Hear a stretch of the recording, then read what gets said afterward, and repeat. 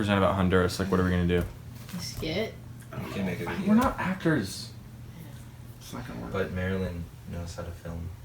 She's filming right now. Marilyn, why are you filming us? We could do a video Oh, Like, what kind of video? that's an idea. for our country presentation. A country music video?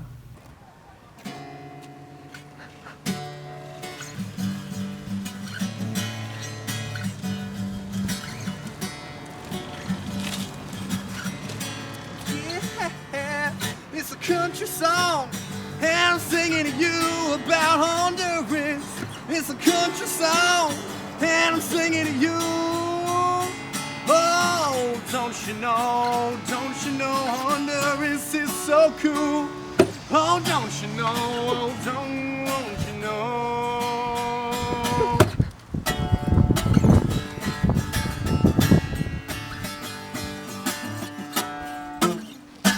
Yeah.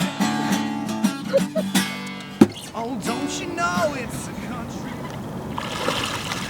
No, Joe, this isn't a country music video, this is a country report. Honduras shares its boundaries with 3 countries, El Salvador, Nicaragua, and Guatemala. It also has 3 distinct areas, the mountains, the beaches, and the plains. At the beaches, it meets both the Pacific Ocean and the Caribbean Sea. In the Pacific Ocean, its beaches are very marshy and not very popular. The Caribbean Sea has beautiful beaches like where we're at right now. Because Honduras is located in Central America, with all these other neighboring countries, they get roped into a lot of conflicts, which takes a toll on their government. Geese! The majority of the population of Honduras lives in the mountains, including Tepeque, where we're going. Because of the high crime rate in Honduras, we're going to have to be careful in Tepeque. Because Tepeque is also in the mountains, it's going to have a higher elevation than what we're used to. Hi there. The overall standard of living in Honduras is one of the worst in the Western Hemisphere.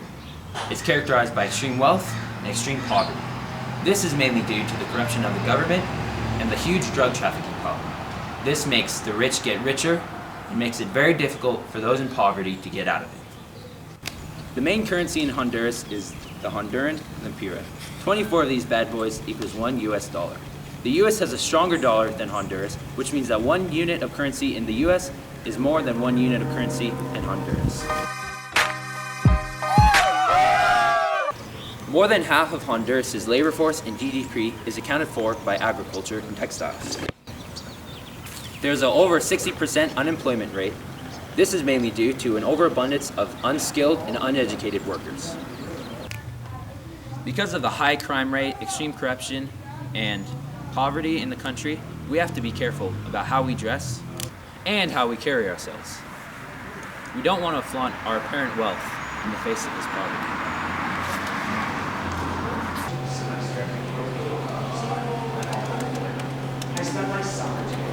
The Honduran government is a democratic constitutional republic.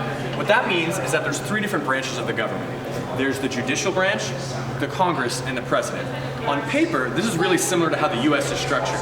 But don't let the fact that it sounds similar to the US make you think that the political climate is at all similar. In fact, recently Juan Hernandez was elected for his 2nd term as president, but the election was highly controversial, and many people consider him to be illegitimate. In fact, when the election was announced, citizens broke out with riots all over the cities. The police and the military responded by even gunning down innocent civilians. So overall, the politics in Honduras are very unstable. The country also suffers from a really high homicide rate, and there's many cases of corruption in government officials. In fact, even the police force has been accused of corruption, resulting in over half of the enlisted members of the police force being removed from their positions. The Honduran government is working to correct some of this corruption and political instability, and other countries like the US have partnered with them. But overall, the condition remains very dire, and most citizens in Honduras would rather just leave and live somewhere else than stick around and try to improve their country. I'd love to talk more, but I have a meeting to get to. Centuries after Columbus sailed the ocean blue, Catholicism became the sole religion in Mayan Honduras in 1848, but separation of church and state in 1880 and Honduras' independence of the Republic in 1839 widened the doors for Protestant religion and missions. Since then, Honduras hasn't had an official religion, and it has a professing population of 48% Protestant evangelical and 41% Roman Catholic. The first Anglican missionary was Christian Post in 1768. Central American Mission started in 1896 and became the third largest Protestant denomination. With the arrival of Frederick Medius in 1931, Pentecostalism spread like wildfire and is still a dominant Protestant tradition. Oscar Rodriguez Maradiaga, the Archbishop of Tegucigalpa, plays an influential role in perpetuating Catholicism, as did Pope Pius XI, who declared a cedar statue of Virgin Mary as the patroness of Honduras in 1925. Yeah, you heard that right. Her name is Siapa, and she lives in a basilica, has her own pilgrim festival, and performs famous miracles like ending a war between Honduras and El Salvador in 1969. Despite religious freedom, the only legally recognized churches are the Roman Catholic Church, comprising 1 archdiocese and 8 dioceses, and the Evangelical Confederation of Honduras, a unifying force among missions. There are many cultural differences between America and Honduras. They are very relaxed on time and don't find it rude or offensive to be 30 minutes late to something. They greet each other with a kiss on the cheek, even if they don't know each other that well. They also stand very close to each other and find it rude and offensive to take a step back. One interesting cultural difference in Honduras is that they don't throw things to each other, as that is an act reserved for dogs. Oh! Oh!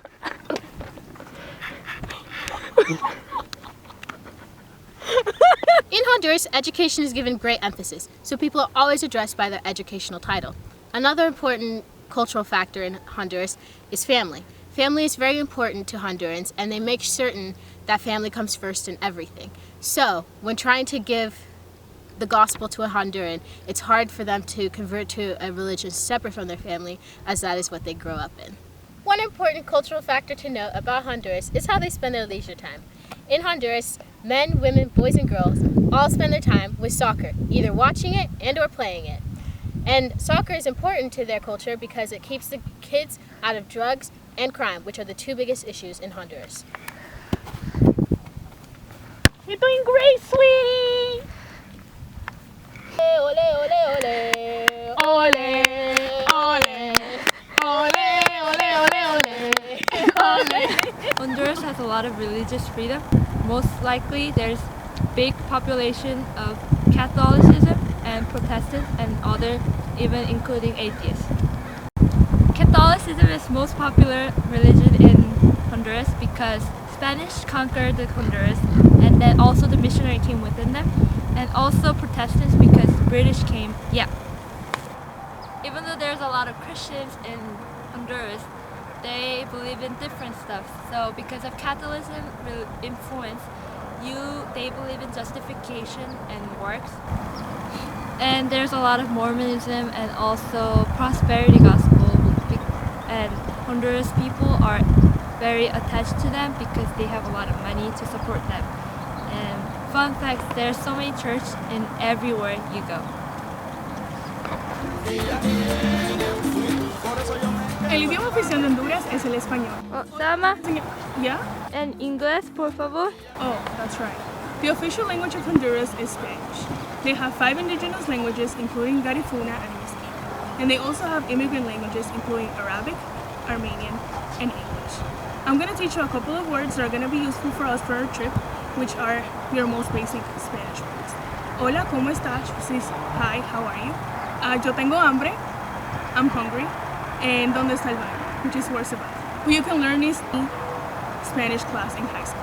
Now I want to teach you some Honduran slang. Hondurans consider themselves to be catrachos, and they say this word for any person that lives in Honduras, and they say it with pride. Another word that they use a lot is chele, which is a person that has white features. Another slang word is pisto, which means money.